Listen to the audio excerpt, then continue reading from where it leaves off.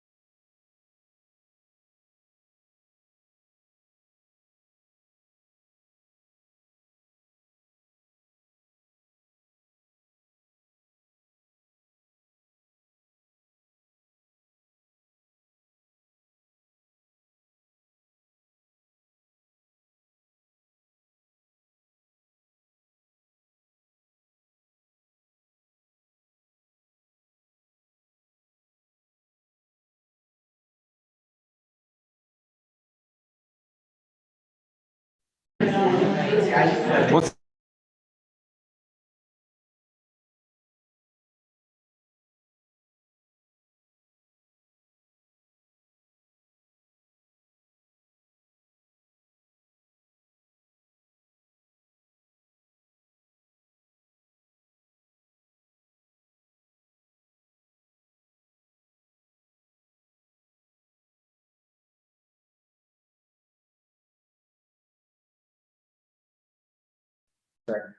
Perfect. Good.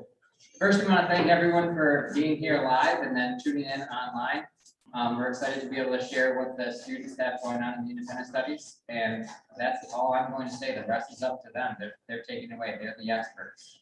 So we're going to start right off with Jonas Kaiser.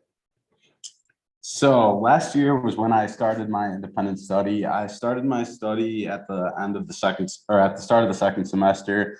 I want to study marine biology in the future. So I talked to Mr. Cooper and we both agreed that I was going to take a look into Onondaga Lake and water quality and study Seneca River. So the Onondaga Lake cleanup was something that was done a couple years back. It was done mainly by a group by the name of Honeywell.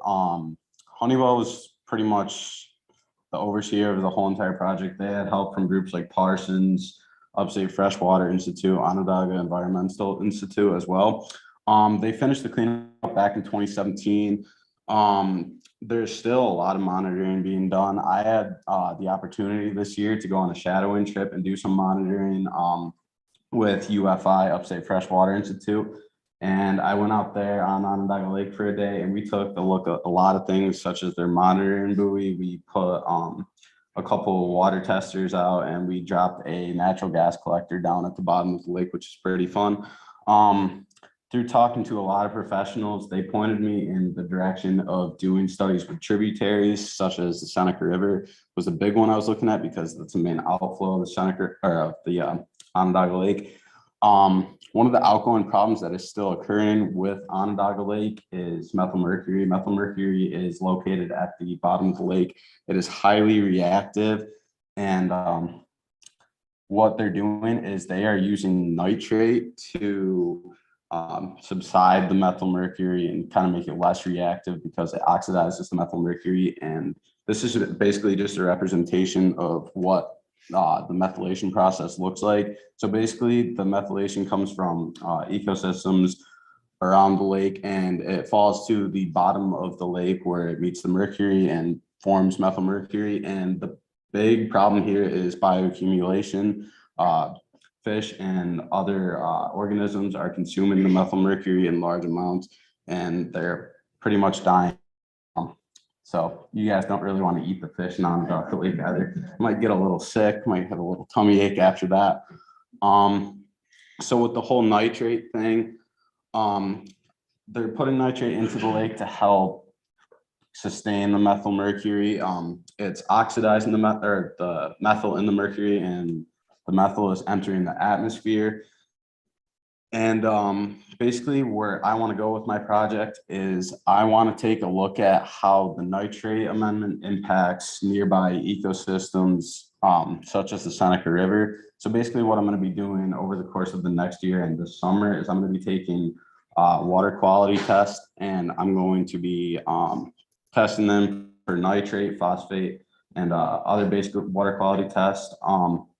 But specifically with nitrate, the problem there is nitrate is a natural fertilizer, so it causes things such as algal blooms, which is detrimental to ecosystems in the Seneca River. To help with field practice, I did kind of like a little thing back in the fall. I did the physical and chemical monitoring on 9 Mile Creek. I studied stuff such as the stream bottom appearance, odor, stream channel shade, stream bed stability, and erosion. And on the chemical side of things, I did nitrate, phosphate, chloride, and dissolved oxygen and pH. And I also did a biological macroinvertebrate study. That was a really fun one. A lot of my classmates thought it was gross because we brought in some of those creepy little critters and we put them in like a glass observation tank. And after we were done with that, cleaning it out was not too fun because the smell was atrocious. I also did a silver nitrate titration to test for chloride. That was probably my favorite part of my independent study so far because that was the first titration I've ever done. And Mr. Cooper and I decided we were going to do it one day to test for the chloride. And we discovered that the chloride was 56 parts per million, a lot of math and a lot of calculations involved there. Here's a list of all the people I worked with. I would like to give a special thanks to the people at UFI, especially Monica Matt. She's been with me every step of the way on my project. She's pointed me in the direction of the Seneca River project, and she has helped me so much throughout my entire project. And I'd also like to give a huge thanks to Dr. Johnson at OEI. She was huge to me as well. I talked with her a lot about Onondaga Lake and what was going on with the whole entire cleanup. And she also sent me a water quality test kit that I used back in the fall to do my study on the 9 Mile Creek. And I also want to give a special thanks to Mr. Cooper. None of this would have really happened without him. He helped us every step of the way. Every day he would meet with each of us individually, and he did so much for us. And that's it. Any questions?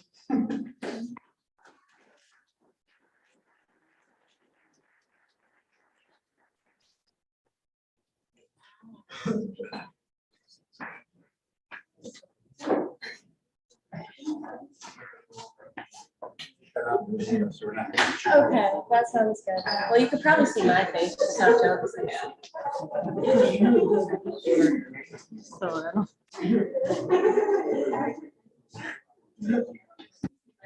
yeah, okay.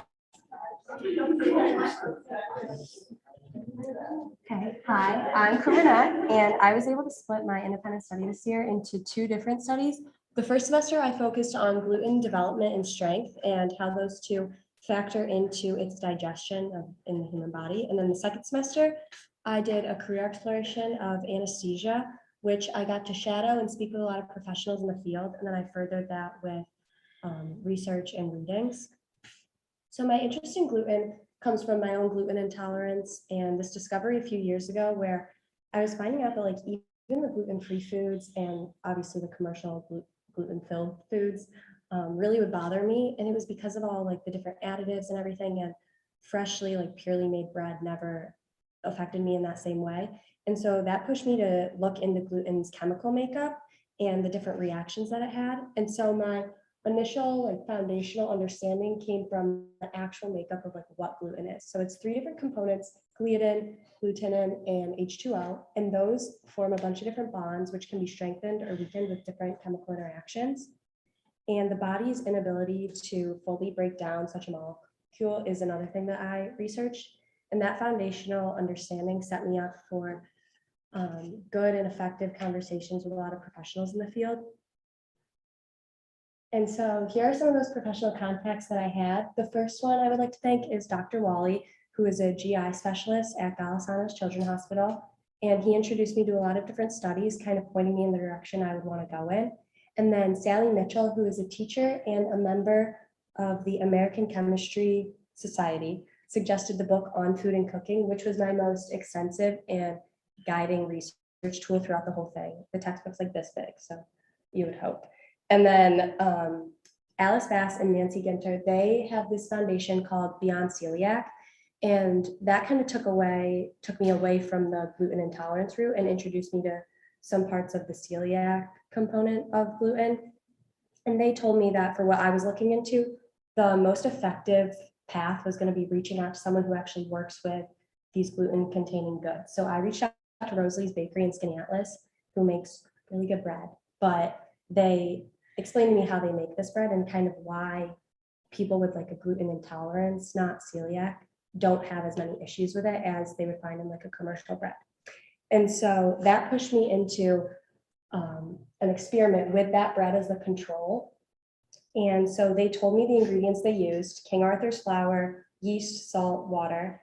There's an 8-hour rise, and then they bake it in this bread oven. And so my classmates helped me to make these 4 different breads at the bottom. And then Mr. Cooper and Ms. Becerra helped me obtain the test to see the quantity of the gluten in each.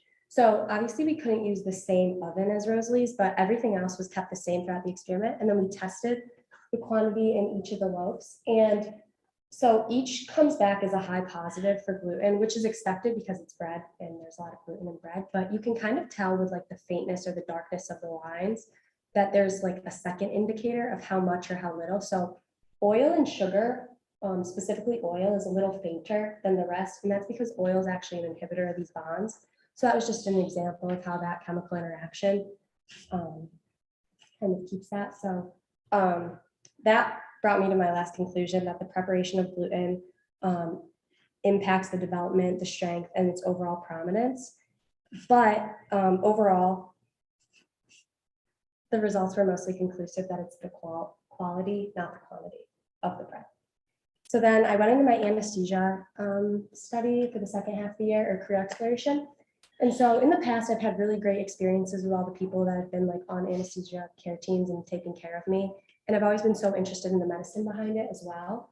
And so in January, I did a shadow at Upstate Orthopedics, and Dr. David Mansour and Kim Marr, who is the certified registered nurse anesthetist there, let me follow them around for the day. And I got to really dive into everything, the machinery, the chemistry. And it's something that I can possibly pursue in the future. So I was really glad that I got to capitalize on this time and dive in. So I focused on the chemical breakdowns, pharmacology, and the metabolic paths. I also use that as case study applications. So to further that, Ms. Spencer actually allowed me to use her organic chemistry unit folder.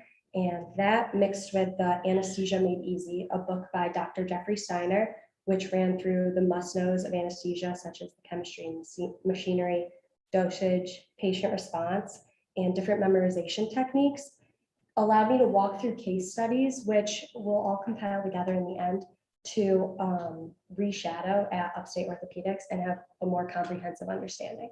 So I'd like to thank those people that helped me in my anesthesia career exploration, and I would like to thank Mr. Cooper for guiding me throughout this whole independent study.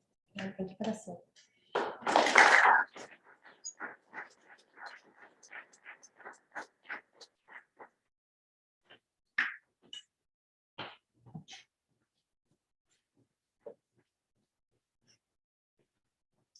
Hello, everyone. I'm Emily. For my independent study, the first semester, I investigated ACL tears in female athletes. And for the second semester, I did a career exploration in the field of orthopedics. So my ACL study stemmed from an initial interest in the medical field and then furthered my interest in orthopedics. I got looking into ACL specifically when I saw that being female was at the top of the risk factors for tearing your ACL. There's obviously some structural differences at play with men and women in regards to like why one would tear their ACL. But I really got looking into the hormonal differences. And to break it down, I found that estrogen is a hormone that actually makes ligaments very lax, and you want your ligaments to be stiff. So I then got looking into the menstrual cycle and different hormones and phases of that. And I looked at how hormonal contraceptives kind of regulate these levels. I found a study by Dr. Wycherley at the University of South Australia, and he guided me a lot in developing a survey of my own to draw conclusions on the relationship between ACL tears and hormones and the menstrual cycle, as well as the hormonal contraceptives could mitigate their effects. With the help of Mrs. Welch at Upstate University, I distributed the survey to over 400 females at Upstate. The results were fairly inconclusive because a lot of the people who responded that they had torn their ACL didn't really remember which phase of the menstrual cycle they were in, and a lot of the contraceptive usage was split 50-50. So the survey was pretty inconclusive, but overall the experience of researching and getting into this definitely helped give me a taste for orthopedics. And so the second semester, after I wrapped up my ACL study, I got into researching careers in the orthopedic field, specifically looking at like the MD level versus a PA level. I shadowed a PA at Upstate, Mr. Burnett, and I will be shadowing Dr. Canizero sometime soon to kind of get like a feel for what their jobs are like.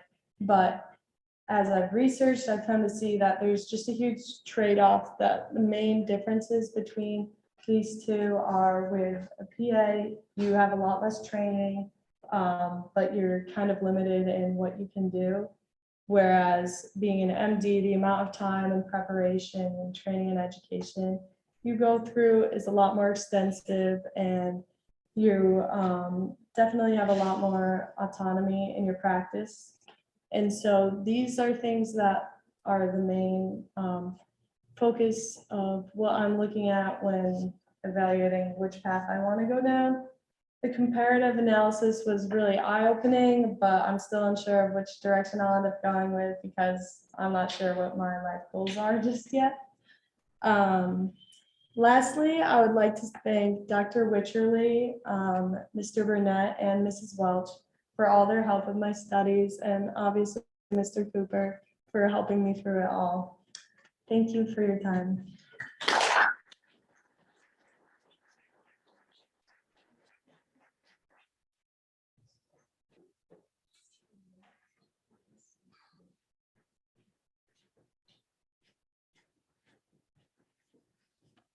Hello, everyone. My name is Austin Rich. I'm Luke Spitzer. And for our independent study, Luke and I decided to focus on sports statistical analysis for the second semester project. In the first semester, Luke and I worked separately on different projects. I focused on the financial world and dove into the career exploration of financial advisory. After a lot of research and looking at different financial terminologies and strategies, I created a mock portfolio for a made-up individual. The individual was a 30-year-old who had decided to start investing now. The average first investment for someone around that age is about $30,000, so I started from there. Based on financial predictions and market trends, I put the fake $30,000 into different stocks and bonds. I used a spreadsheet with different financial equations factored in to make sure I could keep track of the portfolio with ease. First off, for this project, I'd like to thank Patrick Rowe, Michael DeLorme, and Josh Clute for guiding me through my study and giving me helpful information. While working on a project as a financial advisor, it was key for me to be able to have the aforementioned individuals to bounce ideas off and also help me come up with a good idea for a final project.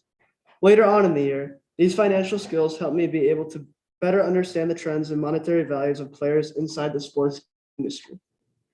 So my first semester independent study was more business driven, and my goal for the first semester was be able to make enforced business decisions based on past data. So what I would do is I would collect certain business statistics and use that to try and predict the right approach in the future. And I worked with Patrick Rowe, a financial advisor, to help me work with the money aspect of it. But this really directed me towards working with sports statistical analysis, because I had to work with regression models a lot. And what that is, it's basically collecting data, and it's a graph that shows all the past data of all the most important variables. And I needed to identify the graph's most important aspects, like its plateaus, its highest points and lowest points. And that would help me predict what the future would look like for a business, and it'll translate what we should pay a player in sports statistical analysis. So to begin our combined independent study, Luke and I spoke with Jason Maddox, an assistant professor of sports management at Syracuse University. Maddox had also worked with the Baylor Bears basketball team as a statistical analyzer during their NCAA championship season in 2021. Maddox's knowledge helped us come up with the essential question of how can we create a statistical equation that is viable for all positions when creating realistic contracts based on player values and other factors. We decided to apply this question to the NFL. Before we could create our statistical equation, we first had to collect information on how NFL contracts actually work. I looked into how incentives and different bonuses work, as well as how a singular player value could be used to determine a player's monetary value. So for me, my goal is to look at the big picture. And I wanted to figure out how well a player played and how much that translates to how much they're being paid. And what it forced me to do was look at all the factors that are involved. And later you need to incorporate those factors into my regression models. So I was more big picture in step 2. So after acquiring this knowledge about NFL contracts, we needed to collect and calculate important figures that would become a factor in our contractual equation. My main job was to calculate the player value using an equation I had found on Pro Football Reference. I also analyzed different singular performances, including how different players contributed to playoff success, using statistical analysis for both individual and team performance. So in step 3, my goal was to isolate the contributing factors that I would have to incorporate into my regression model. And for me, this was really important, was a veteran factor. So over time, whether a quarterback's performance gets better, they're still going to get paid more because they've been on the team for longer. It's almost like a loyalty bonus. And then I have to, what I did is I looked at the most important stats for them. And for a quarterback, that was passing yards, touchdowns, and completion percentage. So to build our equation to actually apply this to each quarterback, I started with my regression models. So I would put in all the factors that I'd isolated from my data collection, and I would put it into Google Sheets, which was the system that I used, and it would create a model for me that shows how well the quarterback's doing over time. And then when looking at essentiality and after considering a few ways of determining it, we decided to use my player value and compare it to others playing the same position. I also took in consideration what percent of a team's value was contributed to a specific player's value for his team. It's also important that you look at league performance. So how well the rest of the league is doing influences how much a quarterback gets paid. So if a quarterback's stats were the same from one year to the next, but the league as a whole got better, that would influence the regression to go down, and it would create a precedent for the team that they're playing for to pay them less. So to test if the factors we decided on in order to determine the NFL player's contract made sense, we created 2 contracts for 2 different quarterbacks. By using these factors, we were able to conclude that Ryan Tannehill was worth $25 million over 2 years with a $5 million signing bonus, while Josh Allen was worth a whopping $350 million over 8 years with a $20 million signing bonus. So the 2 years of Ryan Tannehill's contract is past precedent. So the Titans just drafted a new quarterback, and what that shows is that usually teams only want to keep a veteran on for 2 years because they expect the rookie quarterback to take over after that. The $25 million is based on his regression. So he's been getting worse over time, and that's just a little bit less than he's been getting paid in the past. And that's where the veteran factor comes into play, because if it was a direct correlation between performance and pay, it would be much less. And the league is also getting better. Some of the younger quarterbacks who were drafted a few years ago are starting to really improve, becoming the best players in the league. And then the $5 million signing bonus is usually what Tannehill gets paid. That's usually what his agent decides to negotiate with him in the past. And it's around the same thing of what the Titans will pay their players. And then the 17.5 million in dead cap is a consistent ratio that quarterbacks get paid on a 2-year contract. Now, when determining Josh Allen's contract, we compared Josh's essentiality to other quarterbacks. Josh's essentiality was fairly similar to Patrick Mahomes, who a year ago received a 10-year, $500 million contract himself. Allen had the highest player value compared to any player and took the Buffalo Bills passing offense to 3rd overall this season, while also contributing a substantial amount to the Bills' rushing attack. The $20 million signing bonus was also determined in comparison to Patrick Mahomes' massive deal. The regression graph showcases Josh Allen has improved every season, whether it was in the playoffs or the regular season. During this year's playoffs, he also averaged the most player value points per game out of any player, showcasing his stellar clutchness in high-pressure situations. I know Luke here is a Bills fan, I'm sure he is very happy that Josh Allen, the most essential player in the NFL, will be the face of the franchise for years to come. Thank you.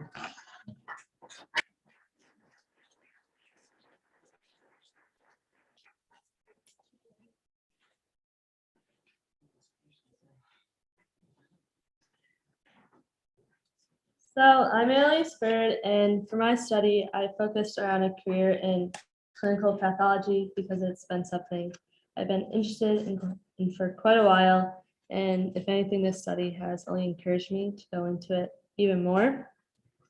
So for the first semester, I focused on dysplasia and ulcerative colitis and the role a pathologist has in monitoring the progress or the progression. And while I was researching it, I came across the standard techniques that are used in surveillance, which include random colonoscopies and then medications such as anti-inflammatories and antibiotics, and even a colorectomy to treat the dysplasia. However, I took note to how it was often either ineffective or not always accurate with its findings. So with the help of my mentor, Mrs. Spitzer, we focused on looking for a new surveillance technique, specifically chromolendoscopy, which is when you use sprays during a colonoscopy and not just the white light. And chromolendoscopy is much more efficient because it reduces the number of missed lesions, and it's also more time effective in terms of a quicker process and the preparation for it. And because of that, it's a quicker diagnosis and a less chance of missing any findings or progression in the disease. And while chromolendoscopy was the technique to use, there were multiple different mediums that have been used for other diseases, but it was determining what would work best for ulcerative colitis. And in my research, we found that acetic acid and indigo carmine used in combination would be best because the acetic acid was going to remove the excess mucus and draw out any of water in the cells, while also leaving a slight white stain to the colon. And then the indigo carmine used after that would pool in the crevices and grooves, as well as act as a contrast stain. So as you can see you're right. The A and C part, the before the indigo carmine were after, you can see the blue, where the acidic vinegar is where it's white, and the dysplasia can be much more easily seen than beforehand, which was just using a white light. For the second semester, though, I moved more onto a broad overview of the career in pathology in hopes of possibly being able to shadow. So I looked at all sorts of the body systems and their own specific diseases, and researching the different methods a pathologist would use to diagnose those respective diseases. Those are just some of the areas that I covered, and some of the tests that I researched included the complete blood count test, which could be used for all sorts of diseases, so it wasn't as specific as some of the other ones I came across. But it helped to kind of point you in the next direction in diagnosis. And although I wasn't able to go in shadow, unfortunately, because of just still COVID restrictions, me and my mentor, Mrs. Spitzer, has been sending me videos where she gives a little bit of a kind of review of what different tissues that she sees from day to day. And then I've been also just doing my own analysis of them, connecting what I've researched to what I'm seeing in videos. So thank you very much, Mrs. Spitzer, for the guidance and support you've had throughout the year, as well as Mr. Cooper.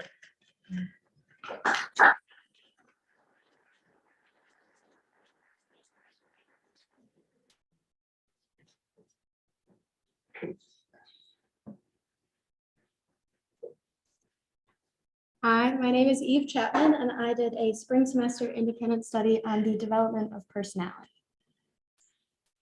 Throughout the semester, I carried out a literary review on the influence of our environment on personality development.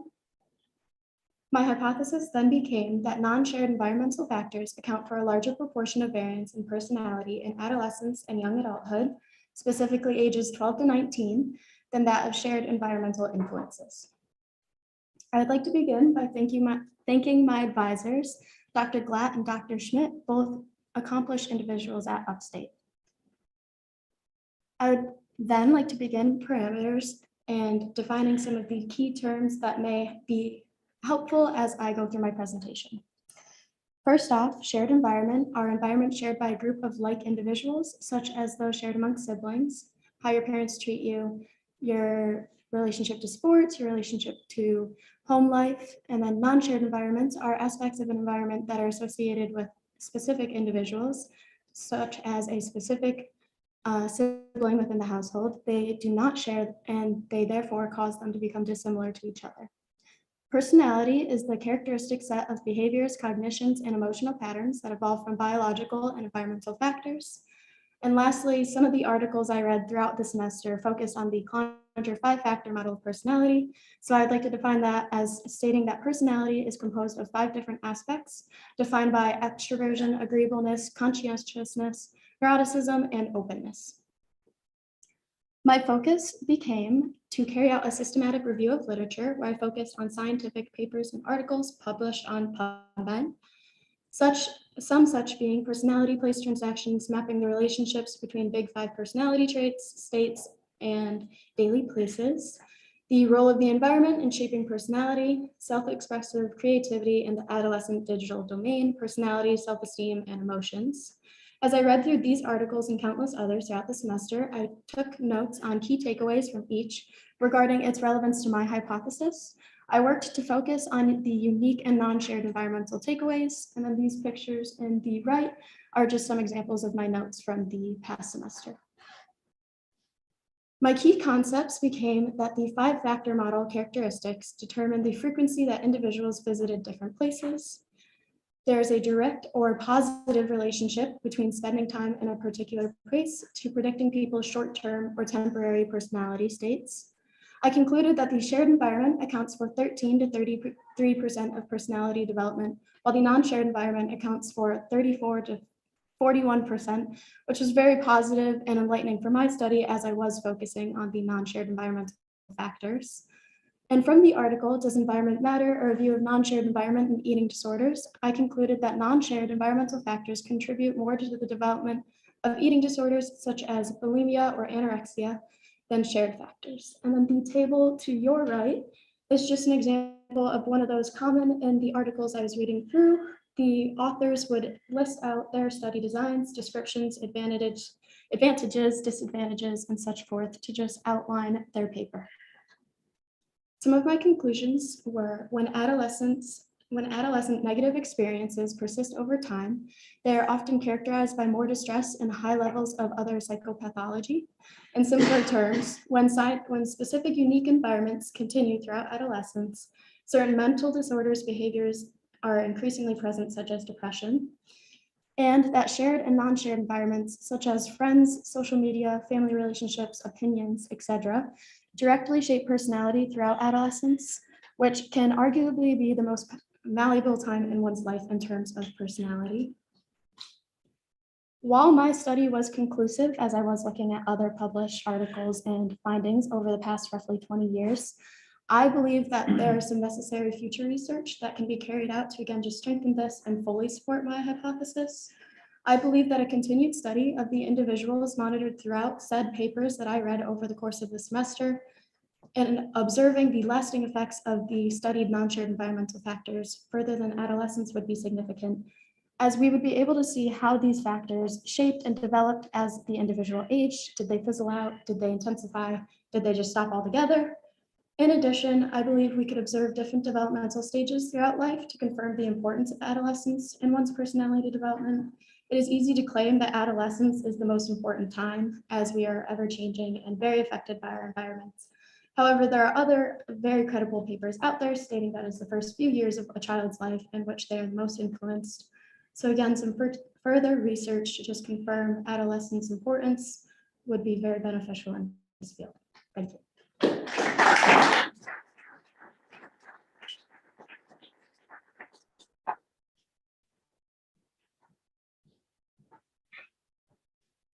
Hello, my name is Heidi Steigerwald. I'm a senior here at Marcellus High School, and for my independent study, I chose to study the sources of COVID-19 exposure among healthcare personnel in a large tertiary care medical center. So how did I get here? Taking AP Bio last year, I knew I was super interested in immunology and virology, and with college on the horizon, I decided to contact some librarians over at UConn, who kind of got me in touch with a few professors there, and I was able to watch some of his lectures, and I emailed with him back and forth, just kind of, he advised me on how to start researching, how to develop a research question, and he gave me some resources to use to read some students' dissertations that have been published before. And then after this research, I developed a few research questions, such as, is there any connection between incidence of influenza and COVID between healthcare workers? Is there any correlation between anti-COVID antibody titers and viral load during infection? And is there a difference in COVID conversion between healthcare personnel and different subspecialties? With these questions in mind, I then contacted Dr. Yana Shah over at Upstate, hoping maybe to just shadow her for a day or two, or maybe just get directed towards where I can find data. But she actually took me under her wing, and she stayed with me throughout this entire process and gave me access to a huge database over at Upstate that is, you can go to the next slide, that has about 2,500 people and 30 categories of information, like their department, their title, if they're a student, their work location, bunch of that stuff. And it's everybody that has contracted COVID from March 2020 to February 2022. And my job was to scrub the data. So this means kind of taking this raw data into usable data for a statistician to come to conclusions. This is kind of just a screenshot of a part of the data that I had to go through. And it really gave me a good idea of how to use like Google Sheets, Excel, and just the importance of analyzing data. So then we send it out to Margaret Formica, who is a statistician over at Upstate, and these are our conclusions. So based off of the categories that we had to divide every personnel into and the amount of patient contact, we found that 25.3% of the employees over at Upstate had contracted COVID, while only 1.4% of that percentage was due to healthcare exposures, while 6.6% got exposed due to a household incident, 2.7% got exposed in their community, and 14.6% got exposed by an unknown source. And then this is just a graphic showing this data, but comparatively to the CNY region cases. With this data, we concluded that the majority of healthcare personnel had no known exposure to where they got COVID, and which just highlights the importance of vaccination as the single most effective means for preventing COVID, and just being aware and cognizant, wearing your mask, washing your hands, taking all the necessary precautions. So we submitted an abstract on May 3rd, and that actually got approved. So now we're in the process of writing our paper, and we're hoping it to come together late summer and then submit it to be published. And I'd like to give a huge shout out to Dr. Yana Shah. I really could not have done it without her. She was super, super helpful. I'm super grateful that I was able to work with her during this process. And also Dr. Paul Suits, Margaret Formica, and Dr. Stephen Thomas.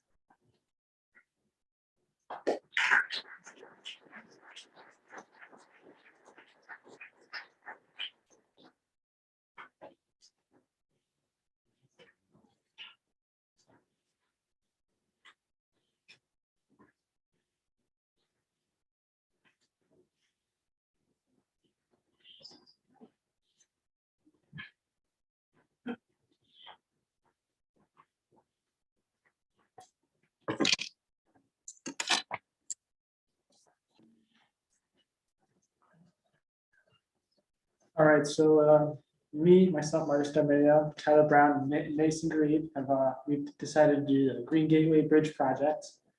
And a little bit of background about the Green Gateway Bridge project. It was started in an independent study back in 2020 by Andrew Kammer, and then it kind of evolved into multiple things. Jonah Kwasnowski, he did another independent study with this, and our independent study was doing a bridge project. So they plan over there, that old abandoned mill factory, they tore it down, and they're wanting to put a bridge from the school side to the bridge to the other side of that old abandoned area. So they could have an outdoor classroom down there. And during this process, there's some pictures of us taking our measurements. Specifically, we use measurements to see how far the distance was across the creek.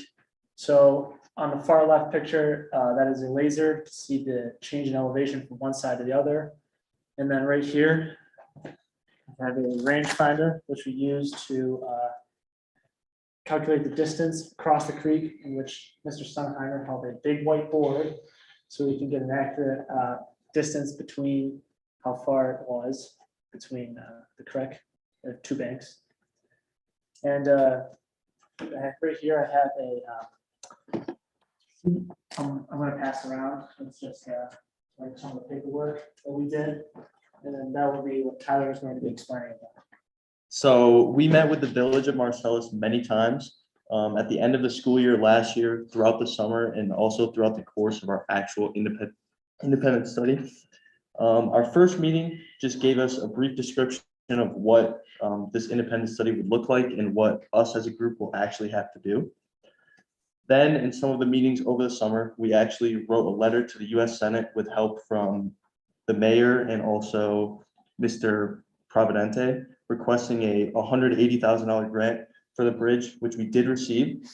We got that rough estimate by looking at previous bridges done with similar sizes, and also by consulting experts in the field like Mr. Joe Duran. And finally, in our later meetings with the town, and Mr. Joe Duran, we had decided we needed to decide an actual spot for the bridge to go. So as you can see on this map, this is a map of the floodplain, but it also has the markings where we thought the best sites for the bridge would be. We decided that spot A is the best spot because it is, according to the research that we gained from the flood map, the soil maps that are found online, the rangefinder testing, and also the laser level testing, that spot A would be the best spot for the bridge. And we didn't just decide this, also we got help from experts, just so it wasn't just us, the students, picking a random spot. Yeah. So I'm going to discuss what we did in class. So first off, we planned on testing two possible designs for the bridge by constructing wooden models and then weight testing them to test the efficiency. Our initial plan was to design a bridge with a straight flat top and one with a curved top like this. The idea was that the curved top would support more weight because it changes the direction of the compression forces in the top of the bridge, causing it to support itself as more weight is added to it. So to begin designing the wooden models, we first went down to Mr. Walker's lab and worked on the computers there to create a 3D model like the one down in the right side of the screen. So once we constructed those, we used the 3D printer to create these sort of 3D models of what they would look like. I can pass these around.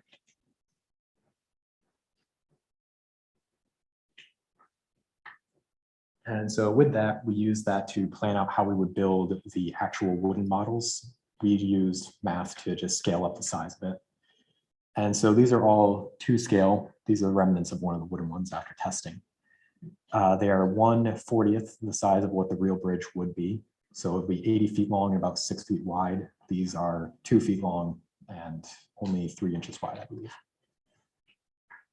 So it took us about 3 months to build these. We constructed them using pine wood and wood glue only. The final weights came out to be about 3/10 of a pound for both of the bridges. One of the most difficult aspects was creating the curve like this one. We accomplished this by soaking the wood and then placing it into a wooden frame that we created using nails in the shape of an arc. After letting it sit for several days, we glued it together and then soaked and bent it again to attain this final curved shape. Once we completed all that, we also decided to create our own design that we believe would be more efficient than all of the others. That is how we resulted with this. It is based off this Sydney Harbor Bridge, which we have up there.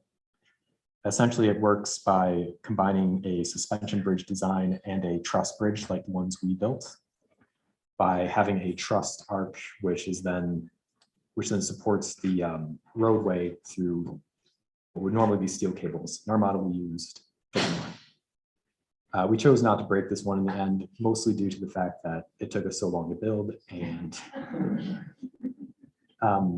the difference in material has a much greater effect on these bridges' efficiency. So when we came to test these, we unfortunately had an accident with this one. We did not have enough weight to shatter the bridge. So we had to stop testing and try again the next day, but unfortunately it had been damaged in the initial test and it broke under only 50 pounds of weight on the second day. The first day it held 68.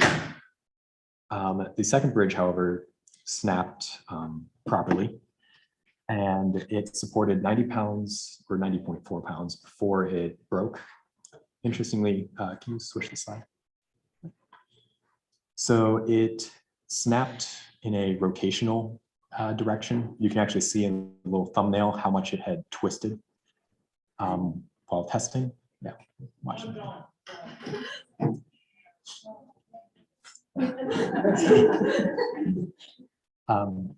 So you can see as it breaks, actually it rotates outwards instead of snapping straight down. So that told us that actually it broke not due to a design flaw, but due to construction errors on our part, which is mostly beyond our control. We had to shape these with a wood saw and a sander. Usually use a laser cutter or more precise instrument.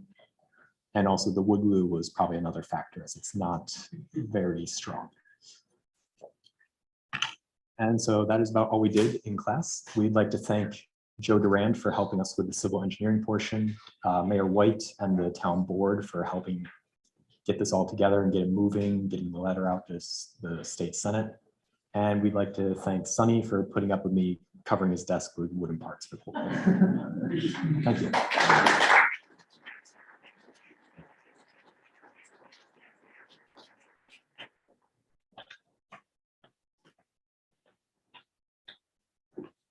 Hello, everybody.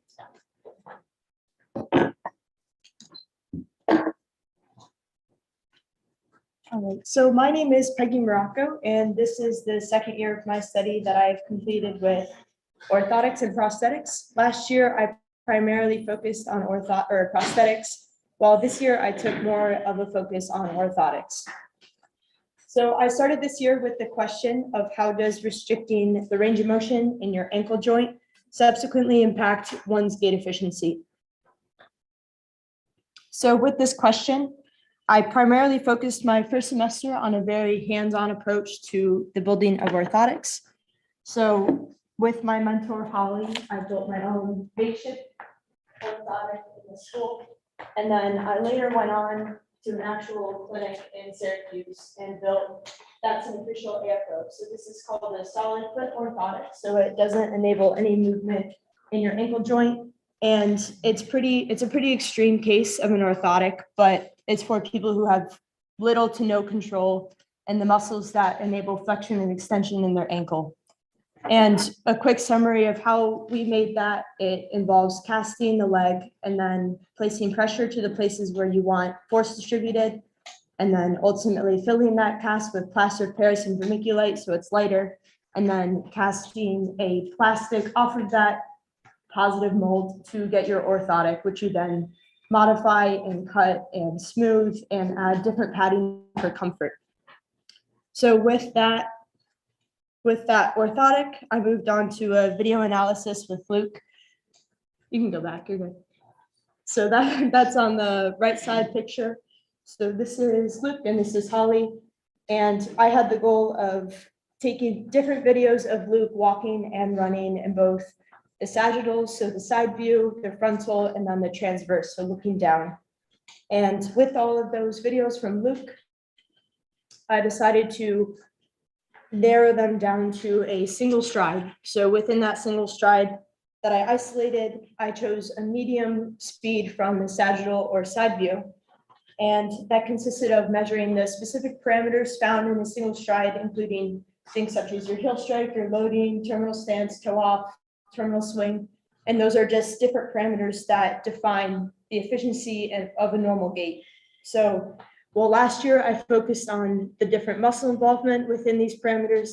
This year I wanted to take a specific look at specific gait with a normal walking person and then the use of an orthotic. So with those videos, I then went on with a program, Canovia, which enables you to specify frames. So you can't really see, but on the bottom of your screen, these are all the different frames of the gait parameters that I labeled and defined. And with those, that helped me track knee and ankle movement. So for knee movement, I measured from the trabecular, which is up here, and then to the tibial condyle, which is on the outside of your kneecap, down to the medial malleolus, which is on the outside of your ankle. And I use those to measure the knee angle, both with and without the orthotic. And then I also measured the ankle using the tibial condyle, once again, up here on the outside of your kneecap, to the medial malleolus, and then the fifth met head, which is the outside of your pinky toe.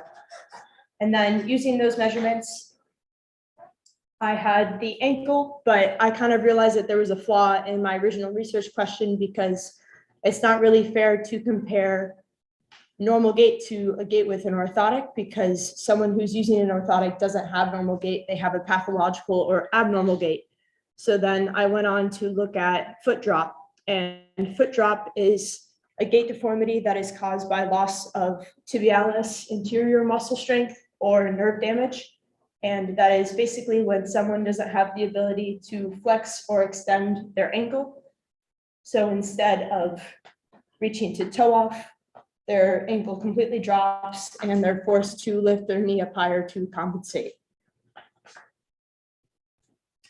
So with my measurements of both pathological, normal, and orthotic gait, I combined my data into a graph shown here, and it is an angle versus time frame graph. And some of the biggest takeaways are in the beginning, when you see pathological gait, which is this line, when you compare it to normal pathological gait.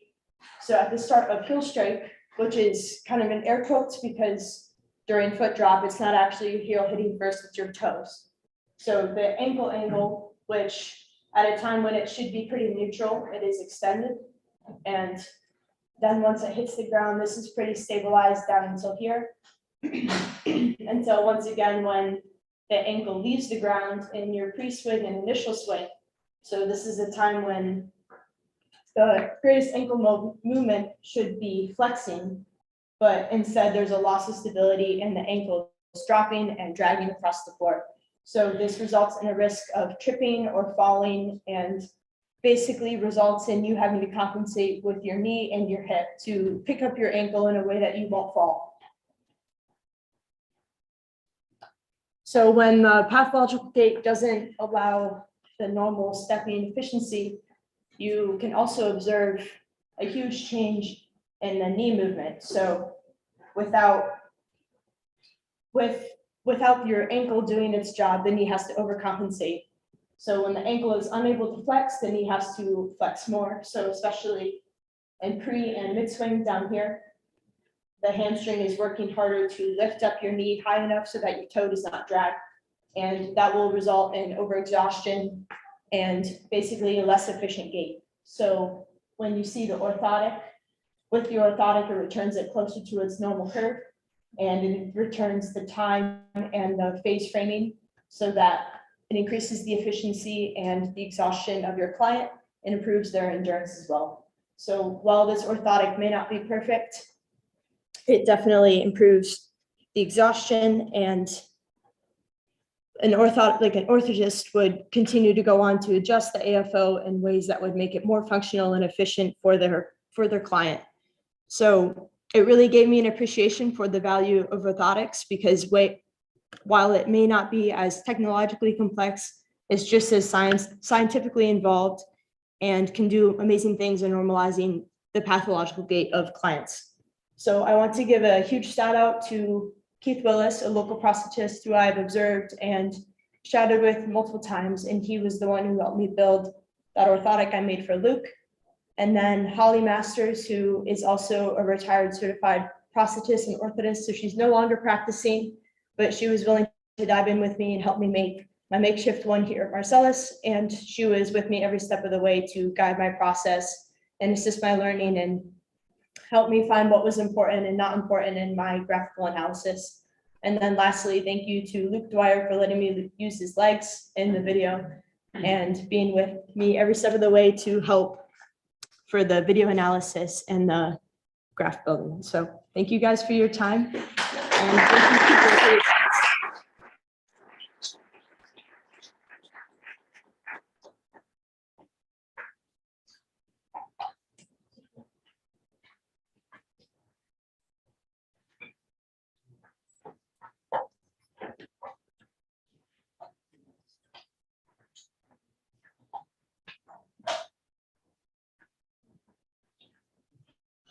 So for my independent study, I did it for this whole year, and I actually kind of began a little bit last spring when Mr. Cooper had talked to me about it originally. But what I ended up looking at was using the CRISPR gene editing method in genetics. So the main thing that I ended up looking at was treating Epidermis Fellows using a zebrafish model. The process that I began with was first identifying a contact. So as I went through the process of gathering all of this background information on what genetic engineering was, like what I wanted to go into, I had originally thought like maybe genetic counseling or doing like GMO crops or something like that. And so when I finally had settled on looking at it in a medical like research application, the first thing I had to do was find a contact. That ended up being Mrs. Grebe, who is local. She works at Syracuse University in one of their research departments. But I'll kind of go into that a little bit more as we go. And so then, like I said, I had to narrow down my field of study. So not only did I have to decide on looking into like the research medical portion of it, but I had to decide what medical disease I wanted to look into. And going along with that, there are actually a couple of different gene editing techniques, but the one that kind of always captured my attention was CRISPR. And so coming from that, I wanted to determine a treatment plan for the genetic disease that I chose, which was Epidermis Fellows. And my end goal is to create a treatment proposal. So the first thing that I want to explain is what exactly CRISPR and the Cas9 system is. So CRISPR stands for Clustered Regularly Interspaced Palindromic Repeats, which is just a fancy way of saying it's like a specific pattern in DNA. It's actually an immune system for bacterial cells to protect them against viral infection. And so basically these patterns of DNA are programmable. They can take in viral DNA and add them into the bacterial cell's own DNA. And using that coupled with the Cas9 enzyme, the enzyme programs itself with the saved viral DNA. So that way, if another virus comes and tries to like attack the bacterial cell, that bacterial cell can then use its programmed Cas9 enzyme to find that viral DNA within the cell and cut it so it can't be infected. The reason why it's able to be used in humans, though, is because that Cas9 enzyme is programmable. You can put in any DNA sequence that you want it to find, even within the human genome, and it can do that. So then the next thing that I want to explain is what exactly epidermis bullosa is. So this is a genetic condition that impacts the COL7A1 gene in humans, which is responsible for the production of collagen 7. That collagen 7 protein is what adheres the layers of your skin together. So people who have this disease, their body does not produce enough of that collagen 7 protein.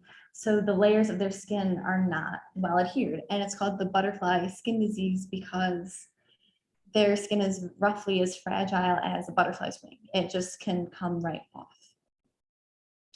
And so then the last thing that I kind of looked into was what sort of model organism I wanted to use for the rest of my project.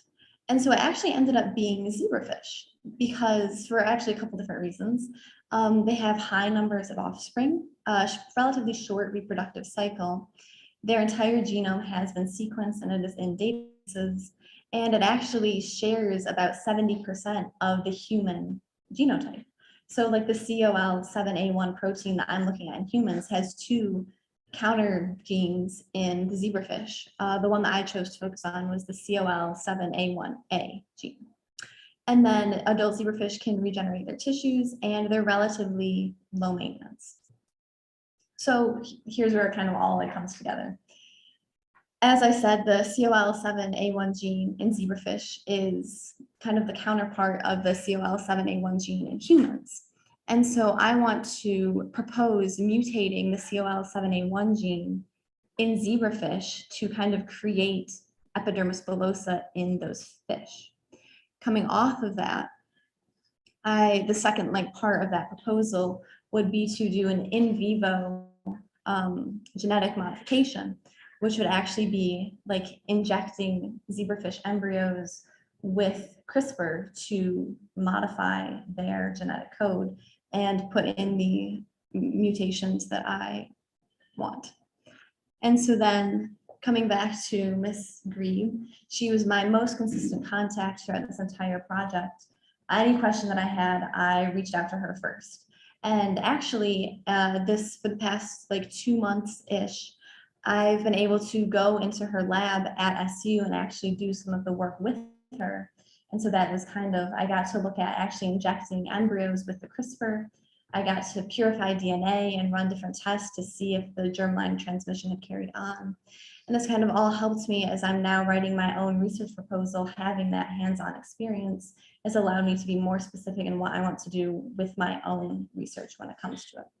And of course, a big thank you to Mr. Cooper. I definitely could not have done this without him. He definitely kept me guided as I went. I kind of have a procrastination thing, and so he really kept me going and working forward, which I really appreciate.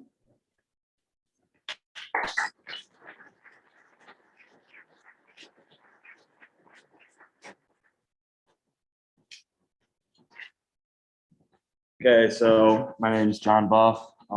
I worked with Mr. Cooper in the village and Mr. Duran with my civil engineering. So the first thing that we took a look at for the project is going to actual flower lane and looking at what the things we need to fix. And it was the low spots and the drainage. There's a big crown in the whole way up flower lane, which is the middle of the road. And they wanted to kind of grind down the middle of the road and make drains on the side. And they proposed the idea of putting curbs in, but curbs are too expensive. So we made the idea of just making them out of asphalt, which would be a lot cheaper. And they would be running on the side of the road and draining into the catch basins and everything. So we just had to prevent the low spots. And as you can see, the orange are the low spots, and it's just where really the water has just been pooling, and it's just settled down so much that that it's kind of a huge pitch from the road to the actual dirt on the side of in someone's lawn. So also we had to look at where the drainage pipes were for the catch basins which are the blue. There's kind of a few on the top side, but they were all tipped. Everything was tipped away from them. So it's really not the best thing for trying to drain it. And so we had me and Joe found a tax map, and we laid that out, which are the blocks for the properties. And we decided the best way to go and shoot all this stuff was a GPS, which where I work, we have a few GPSs, but they're a different kind. So it was a really neat way to kind of learn a new skill. And so we brought the GPS there, and the GPS isn't good with trees. So the bottom side of Flower Lane has a lot of trees, and the top side. So our points kind of got a little separated, but we got it as close as possible. So when we were going up through, we had to shoot the side of the road and everyone's driveway and everyone's property line to get an exact measurement on where the actual low spots are. We shot the catch basins, the septic manhole covers, and the main drain from the last catch basin where the blue line is to the yellow pond, which is Coon's Pond, which is where all the top side of Flower Lane, where it's all draining to. So we talked to the village, and the best thing for us to do was to do the asphalt curbs and then work our way down. And there's really low spots on the side, so we talked about milling the whole bottom part out and redoing all of that. And then from the final step, which is the next slide, we talked about redoing all the drainage to Coon's Pond. And Coon's Pond is really just overcovered. The last 10 years, it hasn't been cleaned out at all. So we talked to the village, and the best thing to do is make a temporary road from the edge of Flower Lane to Coon's Pond, which the village, I've been talking to the village about. And what I will be doing for my final step before the end of the year is giving them an estimate on how much it will cost by doing how much stone we'll need by estimating that, what we'll need as like fabric because it's a temporary road. It's not like a road that will stay in.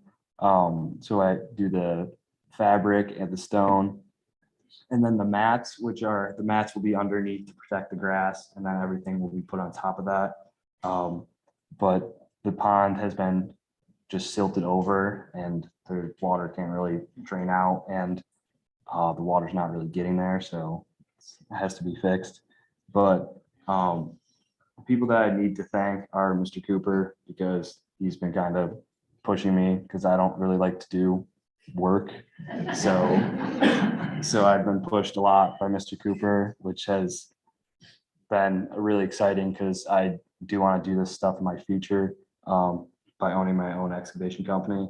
And he's really helped me with that. And Mr. Duran, he's one of my dad's close friends, and he's been pushing me too.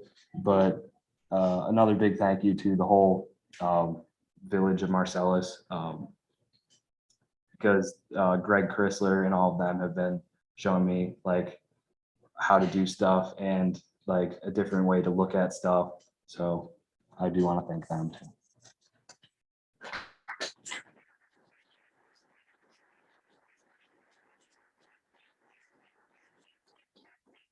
That's a wrap.